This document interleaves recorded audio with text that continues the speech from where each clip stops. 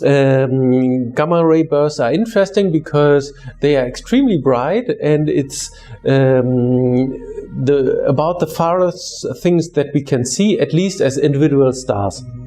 And of course they are only bright for a relatively short moment, in terms of very bright for only a few hours, and then the brightness decreases rapidly, and they are visible for days, weeks or so at maximum. And of course, in following up these objects, these are large international collaborations where basically many telescopes are used in order to get one light curve of such an event. And they would like to have the light curves, of course, in different colors. We built actually in the house one camera, which is on the 2.2 meter in La Silla, which is now operated actually also from Tautenburg. It's remotely operated. And this camera can do can simultaneously do observations in the optical regime and in the infrared regime, in multicolor photometry. And that's a very helpful instrument and so on. But of course, it's one observatory at one latitude. So at some point, an object will set there. And so one needs a network of telescopes at different latitudes to follow objects over a long time. And so this telescope is also used for this program. Now here we have to select a little bit because we have various kinds of filter, which is the best one to use here. And many other telescopes are using the R band, so the red part of the spectrum, because you can go relatively deep, and the I band, so the very near infrared, is not used so often because the sky, due to the geocorona, so very high in the atmosphere, is relatively bright.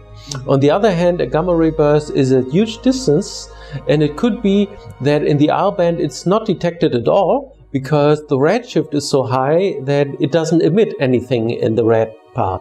But maybe if the redshift is like this, it could be detected in the very near infrared. So we decided here to do most of the observations in the I band and the near infrared to be complementary to the other observations. And it actually has happened that objects were not detected in the R band, despite the fact that the images were much deeper, but were detected in the I band because of the redshift of these objects. And yes, so that's a little bit the, say, ecologic niche which this telescope is used. I suppose this depends upon the type of the object, actually. Yes. And it might be a black hole, it might be some other objects. And well, particularly it depends on the redshift, because in the ultraviolet, shortly of Lyman alpha, everything is absorbed in the universe. So if this object is at a high redshift, it could be that the Lyman alpha break is already in the red part of the spectrum. And because in the universe everything is absorbed shorter of Lyman alpha, it could be that it's completely invisible in this spectral region. And the further you go into the red, the larger can be the redshift.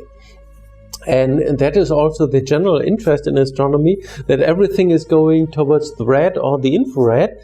Either you're interested in high redshift objects with redshift of 6, 7 or something, then of course the emission is mostly in the red part of the spectrum or the infrared.